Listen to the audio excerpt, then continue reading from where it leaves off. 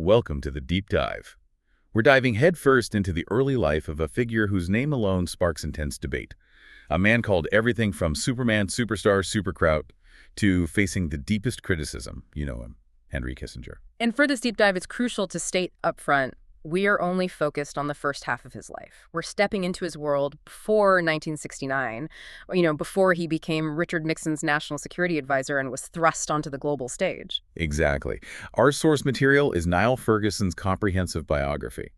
Our mission here is to use this deep dive as a shortcut to unpack what the sources tell us about Kissinger the thinker. Right. The unique experiences, the intellectual frameworks that shaped him, his capabilities, everything that formed the foundation before he became Kissinger the actor on the world stage. We want to understand the bedrock, really, of this incredibly impactful figure. And the biographer starts by pointing at an interesting challenge. Kissinger himself reportedly downplayed the significance of his childhood in Germany. Yet the sources make it clear it left what's described as a traumatic shadow. And when the source talks about a traumatic shadow, it wasn't just like one big event. What the material details is the reality of being Jewish in Firth in the 1930s. And it was the systematic, relentless stripping away of rights. Not in one big blow, but week after week, month after month. That slow slicing away. That gradual, persistent pressure is a key insight into the experience. Firth was particularly exposed because, well, it was right next door to Nuremberg. Oh, okay. Which was a symbolic capital of the movement for the Nazis, home to figures like Julius Streicher. And the zealous regional Nazi leaders there meant anti-Semitic measures were often implemented earlier and with more fervor. So things like Jewish community organizations, youth groups, singing clubs? Yeah, they were either dissolved or forced into Nazi structures. The sources paint this picture of constant, sort of low-level dread and exclusion. So the pressure to leave against this backdrop was immense. The sources mention relatives who had already made that difficult choice to emigrate. Right. Some faced immediate and, frankly, terrifying danger. One of Henry's father's brothers was arrested way back in 1933, sent to Dachau. Wow. Suffered beatings, death threats, before his wife somehow managed to secure his release more than a year later. They fled to Palestine. Another brother went to Stockholm. Yet Louis Kissinger, Henry's father, hesitated. The sources highlight his age compared to his brothers, Yeah, and the inherent difficulty of just giving up everything they knew for a totally uncertain future somewhere else. Plus, there was another layer, a poignant detail. Paul Kissinger's father, Henry's grandfather, was diagnosed with cancer. Right, creating another obstacle or maybe another reason to delay that move. It's complicated. And even when they did decide, America's door wasn't exactly thrown open, was it? This is where it gets really interesting. The source shows that a Gallup poll, right after Kristallnacht in 1938, revealed this fascinating contradiction. What was that? Americans overwhelmingly condemned Hitler's persecution, sure, but 2/3 opposed increasing immigration quotas to let more refugees in. It shows a real gap between sympathy and policy, doesn't it? President Roosevelt, while apparently personally sympathetic, according to the sources, upheld the strict quota system. Right. He even opposed bipartisan efforts like a bill to let 20,000 German children under 14 enter outside those limits. So the official welcome for refugees, even facing events like Kristallnacht, was significantly limited by policy. That context is just vital. Absolutely. Which brings them to New York City, specifically Washington Heights. Ah, yes, Washington Heights. The sources describe it, quite humorously actually, as the Fourth Reich, or Canton English. Yeah, because of the large influx of German Jewish refugees. It was a relatively pleasant middle-class area, apartment buildings, parks, appeal to exiles seeking a familiar cultural environment. And the sources note, interestingly, that while there was a large German Jewish population, Jews were never more than about, 3/8 of the total residents? That's right. And the demographic profile of the refugees, often older, with small families, meant less direct economic competition with the existing populations, who were mostly Irish and Greek at the time. But adjustment was incredibly tough. The sources describe it as a pretty typical refugee story of family struggles. Yeah, his parents, Louis and Paula, found it difficult to get established. Louis suffered from ill health, depression. And Paula became the family's primary earner, took on work first as a servant, then later through catering after getting some training. And the sources really emphasize the pressure on young Henry, as the elder son, to contribute financially. So he attended the large George Washington High School, described as having a sink-or-swim ethos. But he adapted rapidly. Then in January 1940, at just 16, he made a pretty significant decision. What was that? He switched to evening classes so he could work full-time during the day. A full-time job Mm. in a shaving brush factory. It paid $11 a week. Right. The source details his work, Yeah. squeezing acid out of badger bristles, if you can imagine. Before getting promoted to shipping, he'd work 8 a.m. to 5 p.m., take a 40-minute subway ride home, quick dinner, then 3 hours of night school. That grinding experience, it fundamentally reveals the incredible discipline and resilience it required, and just the stark reality of the immigrant struggle he lived through. Absolutely. Yet, despite this demanding schedule, his academic performance didn't suffer. Really? Yeah, his German schooling, that Jewish Realschule in Fürth, had given him a head start in subjects like math and history. And the sources note he was already reading serious stuff like Dostoevsky for pleasure. That demanding work, observing his new country, it clearly shaped him. His early impressions of America, captured in a powerful 1939 letter to a friend, were profoundly two-sided. Two-sided how? Well, he admired the technology, the tempo of work, the freedom compared to what he'd left behind. He saw the dynamism, the power of American achievement in its short history. But he also saw the shadow sides. And his disdain for them is clear in the sources. He disliked the pervasive individualism, that feeling of being completely on your own. And the stark inequality he witnessed, seeing the most beautiful houses right alongside the most wretched, observing excessive wealth, unspeakable poverty. This duality, admiration, and critique, it would persist. The family also joined a strict Orthodox community led by Rabbi Joseph Breuer. The sources highlight Breuer's sort of separatist ideals, warnings to newcomers to maintain tradition. And the biographer notes that teenage Kissinger found himself among former comrades from Germany within this community. That seems significant. Yeah, it probably forced him to re-examine his earlier beliefs and perhaps lose faith in some old friends as they all navigated this new reality. It's another layer shaping his emerging worldview. Absolutely. It's a complex environment of past and present influences. And this leads directly into his military service during World War II. Right. He served in the 84th Infantry Division. The initial mood in his unit was optimistic, many expecting a quick end to the war after the breakthrough in France. But the reality shifted. They became, well, they were essentially an army of occupation force. He did see time at the front line, and while the source notes he downplayed his own risk compared to the ordinary rifleman, it was undeniably dangerous. His role then shifted. How so? Yes, he was assigned to the Counterintelligence Corps, the CIC. His task was basically to identify malefactors, Nazis, and collaborators. And the sources include grim, specific details, don't they? Yeah. Like the Gestapo killings in Bentheim. Exactly. Where their headquarters had moved, just 3 days before the U.S. Army arrived, 14 of 17 prisoners marched to a field and shot on SS orders.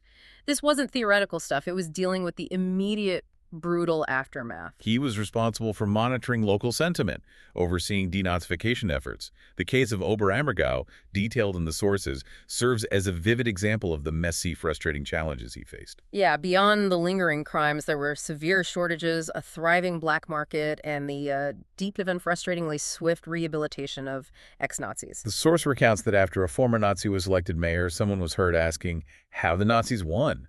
Just incredible. This period was clearly transformative, perhaps the most directly influential outside of his childhood persecution. The sources include a powerful quote from a letter he wrote to his parents after the war. What did it say? "I am not like other children," he told them, "but this is neither my fault nor yours. It is the fault of the world I was born in." Wow. That reveals such a sense of fatalism, mixed with a recognition that his identity was forged in crisis. Exactly. He describes how perceived parental disapproval had forced him into an attitude of aloofness, of slight irony, almost as a defense mechanism designed to prevent rejection before it could even occur. So by the time he returned home, he felt fundamentally changed. "Now I know exactly what I want," he wrote in 1947, facing the future with a clear goal and supreme confidence. He knew he needed a college degree. And this confidence, fueled by his wartime experiences and this newfound clarity, leads him to Harvard in 1947. But his start there was anything but glamorous. No, not at all. The sources describe Harvard as a shambles, struggling to accommodate the influx of returning GIs, leading to severe housing shortages. Kissinger himself lived in a makeshift barracks. in a basketball hall for his first few weeks. And later observations by journalists noted his relative lack of close friendships during his time there. Right. Despite the challenging social environment, his intellectual pursuits absolutely thrived. His undergraduate thesis was titled The Meaning of History, a sweeping exploration, hundreds of pages. And the core focus, the sources highlight this, was something intensely personal for him, wasn't it? Absolutely. The fundamental tension between historical determinism, the idea that events are fated, and individual free will. He wrestled with that existential question of realizing that out of all the seemingly limitless possibilities of his youth, he has in fact become one actuality. Yes, he wrote about confronting necessity and freedom, that dawning realization that his own journey hadn't been random, but had followed a discernible, perhaps predetermined, regular path. This deep, personal grappling with grand historical forces versus the power of individual choice would profoundly inform his later thinking on statesmanship and international affairs. Building on that, his doctoral dissertation became the influential book, A World Restored, focusing on post-Napoleonic Europe. And his core argument, which the sources detail as a really foundational insight for him, was about how diplomats like Metternich and Castlereagh created a stable international order, not through collective ideals necessarily. What how? By skillfully balancing power and ensuring no major power felt it had to overturn the system by force, making sure everyone had a stake in stability, more or less. Which was a direct contrast, implicitly but pointedly, with the post-World War I order and the League of Nations. Exactly, which relied on collective security, the idea that an attack on one is an attack on all, requiring a unified response.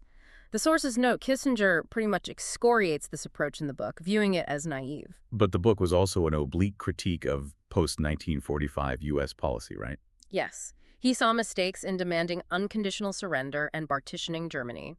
He argued this created the danger of a revanchist Germany, one seeking to recover lost territory and status. And this is where the book provides a key insight relevant to the Cold War. Right. The sources explain his argument that victory over the Soviet Union was probably not achievable at an acceptable cost. This insight is argued to be the seed of the policy that would come to be known as détente. Explain that connection. Well, the strategy of trying to transform the Soviet Union from a revolutionary power, seeking to overturn the global order to a status quo power content within it, rather than pursuing outright victory. Finding a way to live with them, manage the conflict. The sources frame the book explicitly as a contrarian tract. His target wasn't just previous peace settlements, but also the prevailing social sciences of his time. Yeah, which he felt were too focused on determinism and just accumulating empirical data. He elevated interpretation and what he called the moral act in statesmanship. The difficult choices leaders must make in uncertain situations, Yeah. over just collecting facts. Precisely. He used a quote that really encapsulates this. Policy does not create its own substance. The substance is not self-implementing, meaning you need judgment, you need action. It ties back to his earlier grappling with the problem of conjecture in foreign policy and history, the fundamental impossibility of knowing the outcome of paths not taken.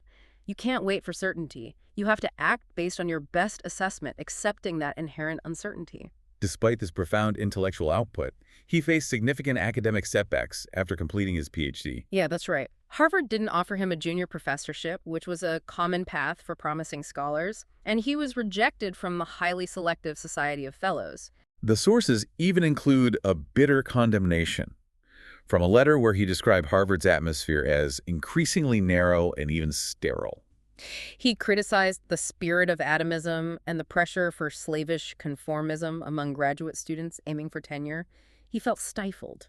This period also brought financial struggles and frustration with getting his dissertation work published. He did co-found the International Seminar, an initiative bringing together young leaders from around the world. But even that struggled for funding. He described the process of seeking grants as feeling like a Kafka character, which is quite evocative, and noted that even though CIA money was channeled to foundations during the Cold War, the seminar still had to compete intensely for those funds. It wasn't a guarantee. This struggle to establish himself academically and institutionally outside of his core intellectual contributions is a crucial part of his story. And it brings up another controversial point from the sources. His decision to include Ernst von Salomon, described as a murderer due to his involvement in a political assassination. Why would he do that? In a discussion about loyalty at the International Seminar, no less.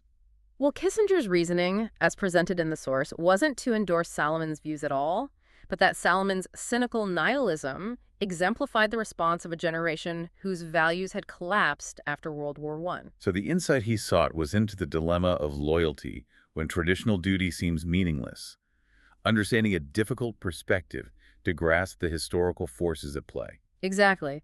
It was about understanding, not endorsing. So from a struggling academic facing rejection, we see this surprisingly rapid ascent to national prominence. Yeah, it's quite remarkable. In just 3 years, from roughly 1954 to 1957, he transitioned from academic to being recognized as a foremost expert on nuclear strategy and a best-selling author. And this leap was largely driven by his 1957 book, Nuclear Weapons and Foreign Policy. Right. It was a bold and significant critique of the Eisenhower administration's strategy, which relied heavily on the threat of massive retaliation. Which meant threatening all-out nuclear war in response to any significant aggression, which felt increasingly inadequate, maybe dangerous, in the age of Soviet nuclear capability. Precisely. His most controversial proposal, detailed in the sources, was for a third middle option, Which involved using tactical nuclear weapons, smaller nukes for battlefield use in what he termed local war. wow. The mood in Washington was not exactly dovish at the time, so this must have been quite provocative. Extremely. The book initially received fairly good reviews, endorsements from notable figures like Hans Morgenthau, but the real resistance quickly emerged, particularly from military strategists. What were their criticisms? They challenged his seemingly abstract, almost amoral approach to nuclear war. They questioned the fundamental assumptions that a limited nuclear war wouldn't inevitably escalate, or that it could be fought like a conventional sea battle. Paul Nitz's review, the sources note, was particularly scathing. But the timing of the book's release couldn't have been better, though, completely by chance. Right. It came out just before the Soviet launch of Sputnik later that year, which dramatically underscored the sense that U.S. strategy needed radical rethinking. So the sources argue that the book's real, lasting contribution wasn't the specific, controversial scenario of tactical nuclear war, which never actually happened. No, but its effective, high-profile critique of the prevailing strategy. He had achieved the first strike, so to speak, in the intellectual debate over nuclear policy. He shifted the conversation. The sources then briefly returned to his personal life upon his return to Harvard. Seemingly a happy family man by this point, with children, moved to a nicer home in Belmont. Yeah, there's a detail about his wife, Anne, managing much of his correspondence and scrapbooks. Paints a picture of a supportive, behind-the-scenes home life, enabling his work. And the birth of their son David and his bris is noted as a moment of family reflection for Kissinger, feeling he owed almost everything to the spirit of our family. The source adds a poignant observation right alongside this. Even then, the family spirit was apparently flickering and dying. As Kissinger's ambition pulled him increasingly towards opportunities outside Harvard, in New York and Washington consulting circles, he was spending less time at home. And the sources suggest this began to strain his relationship with Anne. This is the period where Harvard really became a Cold War university, deeply connected to Washington. Absolutely. The sources detail the significant flow of Harvard faculty into the Kennedy administration. Over 50 instructors left for roles in D.C., leading some to view the university as an informal fourth branch of government, recognizing the growing influence of the academic intellectual complex under Kennedy. And Kissinger himself was appointed as a part-time consultant to the National Security Council, focusing on weapons policy and Germany. The arrangement involved him coming to Washington about 1 week a month. His position gave him a window into major crises, like the Berlin crisis in 1961. The sources consider this potentially more dangerous than the Cuban Missile Crisis the following year. Why more dangerous? Largely because the U.S. position in Germany was inherently weaker. Khrushchev's ultimatum was aimed at forcing Western withdrawal from Berlin and consolidating East German control, driven by fears about migration from East Germany and concerns about West German rearmament. And Kissinger's view, which aligned with Cold War heavyweights like Dean Acheson, was that this was fundamentally a conflict of wills. Right. They felt the U.S. needed to convince the Soviets they were really prepared to use nuclear weapons if necessary to defend vital interests like Berlin. While he believed neither side should press demands only achievable by war, this implied a willingness to use force for essential red lines. However, his consulting role wasn't exactly smooth sailing, and he grew frustrated. Right. The sources mention an intense 11-page tirade he wrote alongside his resignation in September 1962. 11 pages. Yeah. He felt he could no longer make a useful contribution, believing George Bundy, the national security advisor, kept him at a distance and his efforts were negligible. He opted to simply stop coming, rather than submitting a formal resignation. Why do that? Perhaps to avoid it looking like a public defeat for the firm line he advocated on Berlin. Keep it quiet. And what's fascinating here are anecdotes from the sources highlighting his early missteps in public diplomacy, earning him the nickname Brick Dropper. Ah, brick dropper, like commenting publicly on sensitive issues like the India-Pakistan dispute or calling Portuguese NATO membership pactitis, essentially an obsession with alliances. Which led to formal protests and complicated his position even while he was still formally an NSC consultant. Shows a steep learning curve in navigating the political landscape beyond academia. Definitely.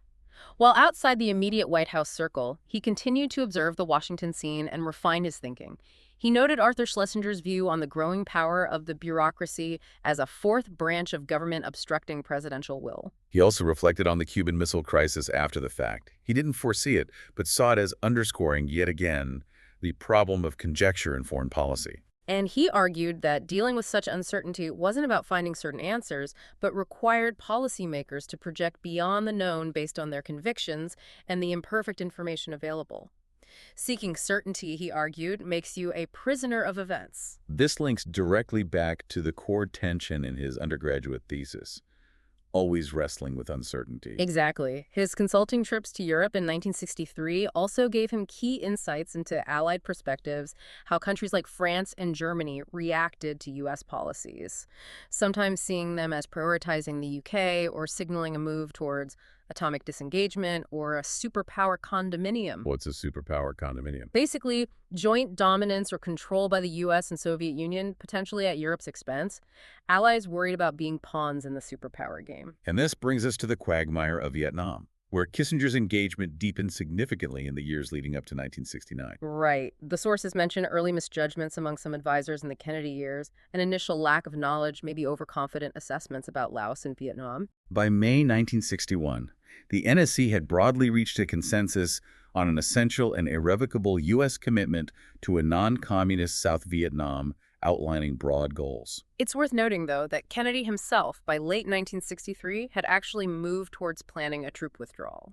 But, as the sources detail, this was tragically overtaken by disastrous events in Saigon related to the ouster and death of President Diem. Kissinger's initial assessment in 1965, before he even visited Saigon, saw Vietnam as more troubling than Laos because the U.S. was so deeply responsible for the Diem regime's existence. And he argued Diem's ouster was justified because he was losing the war, which he noted strangely contradicted official optimistic U.S. accounts at the time. Right, a contradiction he pointed out. He identified inherent obstacles.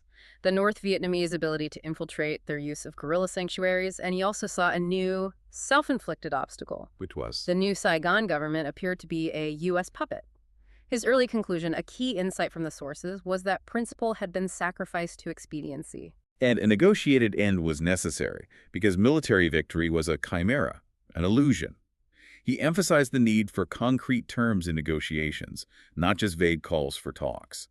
Yet, despite this pretty grim assessment, he jumped at the invitation to go to Saigon as a consultant to Ambassador Lodge from 1965-1966. The sources emphasize that he took a sabbatical from Harvard to do this, despite the role not being particularly prestigious and involving real risks. And this decision drew skepticism, criticism from some Harvard colleagues who saw it as aligning with a questionable war effort, and critiques from French students he met who argued the U.S. was simply deluding itself, defending oppression.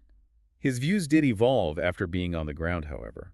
While he presented a grim picture to Washington, he dismissed ideas like full military occupation as impractical. Yeah, his intellectual framework shifted to a kind of dual insight, the impossibility of withdrawal and the inevitability of negotiation, but he added a crucial rider. Which what? Negotiations would only become possible if Hanoi saw its rural political apparatus, the Viet Cong, being systematically weakened and reduced. You had to hurt them politically on the ground first. So his military goals shifted from large-scale sweeps to creating secure areas. He famously argued it was Better to have 100% control in 40% of the country than 40% control in 100% of the country. Right. Consolidate control where you can. He advocated segmenting issues for negotiation rather than seeking large, comprehensive conferences.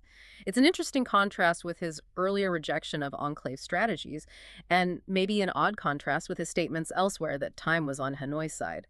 These internal tensions really reflect the complexity of the situation. This period saw intense debate within the Johnson administration.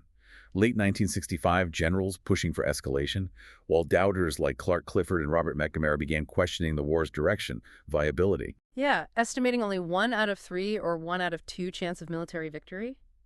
The sources highlight McNamara's failure to convince the Joint Chiefs or President Johnson to de-escalate. Johnson viewed stopping bombing as showing unacceptable weakness. Kissinger became involved in secret attempts to open talks, known as Project Pennsylvania in 1967, acting as an intermediary. And the core challenge, detailed in the sources, was Hanoi's consistent demand for an unconditional bombing halt before any talks could begin, versus the U.S. viewing its offer to stop bombing as conditional on some reciprocal de-escalation. A classic standoff. The sources detail the internal U.S. debate, heavily influenced by domestic politics, over whether to abandon or continue this frustrating effort. Johnson's frustration is palpable in a quote, "We have not seen one change in their position." A key insight the sources draw from one of his articles on bureaucracy during this time is his analysis of the different ways the U.S. and North Vietnam fought the war. The U.S. fought primarily a military war focused on physical attrition, counting bodies, destroying infrastructure. The North Vietnamese fought fundamentally a political war focused on psychological exhaustion, using guerrilla tactics effectively. As Kissinger put it, quoting a maxim of guerrilla warfare, the guerrilla wins if he does not lose. Just surviving is a form of victory for them. Exactly. This intellectual framework informed his later approach to the war. And this geopolitical masterclass anecdote from 1967 is just incredible, reveals a lot about his emerging strategic thinking. Yeah, the sources detail a fascinating interaction with a Czech interlocutor named Snyderek. Snyderek provided this remarkably prescient analysis. What do they say? That Soviet actions weren't just about Vietnam, they were partly aimed at controlling East European independence and blocking the thaw in relations with the West. But crucially, Snyderek argued China, not Moscow, was the key player in the communist world at that moment. China, not the Soviets. Right.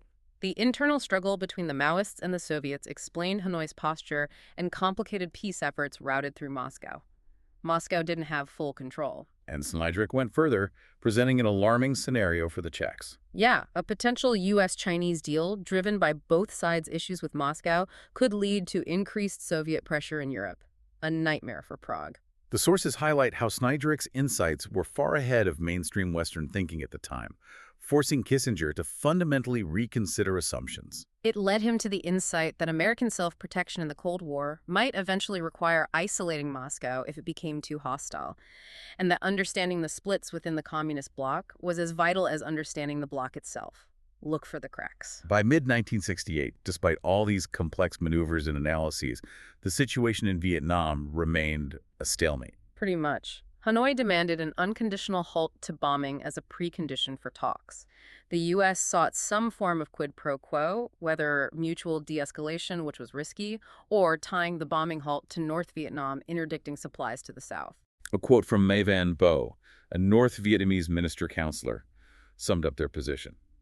They were patient and ready to wait if the U.S. wasn't prepared to move out unconditionally. Time was on their side, they felt. And as the source notes, Johnson's ultimate failure in Vietnam before leaving office was his own, in failing to break Hanoi's resolve. It wasn't due to any action by Nixon before he took office. McNamara's failure to shift the administration's course, despite his doubts, just underscores how deeply entrenched the policy had become. Meanwhile, Richard Nixon was preparing to take office, and he was determined to establish control over national security policy from day one. Yeah, reports advising Nixon argued that the State Department had perennial organizational problems and was ill-equipped to manage complex Cold War strategy. These reports urged Nixon to gain mastery over security affairs himself and appoint his National Security Council staff early. Take control. This is where the sources frame the reports of the Harvard Study Group, co-authored by Kissinger, as a kind of sophisticated job application. Right. The reports, nominally an academic exercise, used modern American history to provide strategic advice specifically tailored to how Nixon might implement his foreign policy agenda. And Kissinger also published a significant article in Foreign Affairs just before his appointment was announced. Setting out his refined strategic views on Vietnam, essentially presenting his proposed policy framework publicly, laying out his stall. Exactly. Nixon's decision to appoint Kissinger as his national security advisor, even before he officially started work, was a surprise to many. The sources include that famous anecdote about Dwight Eisenhower's skepticism upon hearing the news. Kissinger is a professor, Eisenhower reportedly said, adding, "You never put them in charge of anything." Huh. The sources stress that before 1969, Kissinger's influence came primarily as a scholar, analyst, consultant, not as a direct decision-maker with the levers of state power. He hadn't been in charge before.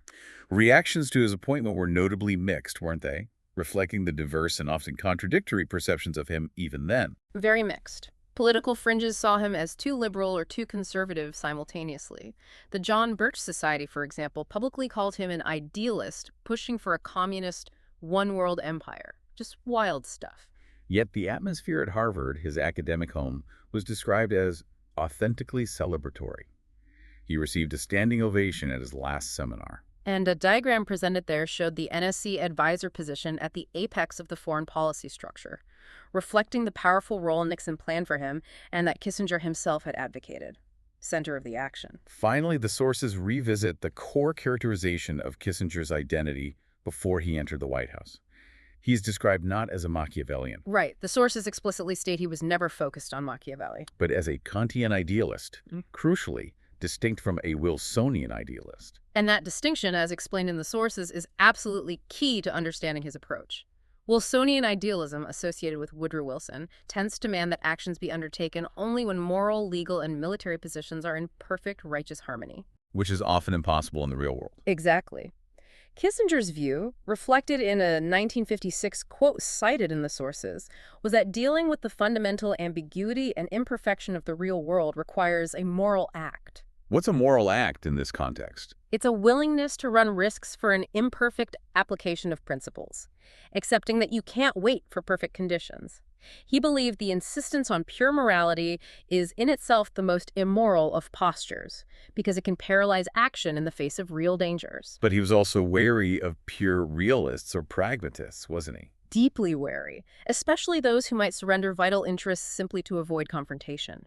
He drew an analogy to figures like Baldwin and Chamberlain in the 1930s who appeased Hitler. So it's this complex, risk-accepting idealism rooted in necessity that the sources highlight as his core intellectual position pre-1969.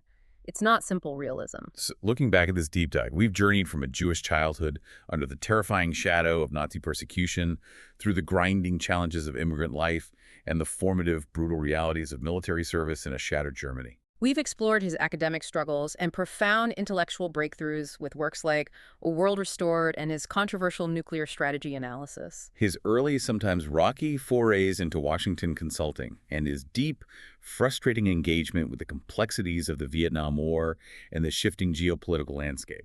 It's quite a journey. The core idea and the purpose of this volume of the biography and this deep dive really is understanding Kissinger the thinker. These unique, often difficult experiences profoundly shaped his outlook, his resilience, his capabilities, his way of wrestling with the fundamental dilemmas of order, power, and morality, all before he became the global actor whose actions would define decades. And why does any of this matter to you, listening? Well, understanding these formative years and the intellectual framework he built provides absolutely crucial context for the decisions, strategies, and policies he would later pursue on the world stage. It highlights how deep personal history, combined with a rigorously developed, albeit controversial, intellectual framework, shaped one individual's approach to wielding power and navigating a complex, dangerous world. It's not just abstract theory, it's lived experience turned into policy. What stands out for me is that final characterization from the source. Before 1969, this figure, often perceived purely as a ruthless realist, is argued to be fundamentally an idealist. Albeit a Kantian one who accepted ambiguity and the necessity of imperfect, risky choices. Given his traumatic beginnings in Nazi Germany and the brutal realities of the Cold War he analyzed so deeply, what does it tell us about the nature of statesmanship and the choices leaders face? when even a figure defined by his realism is argued to be driven by this deeper, risk-accepting idealism. Something to consider as you think about the complexities of foreign policy.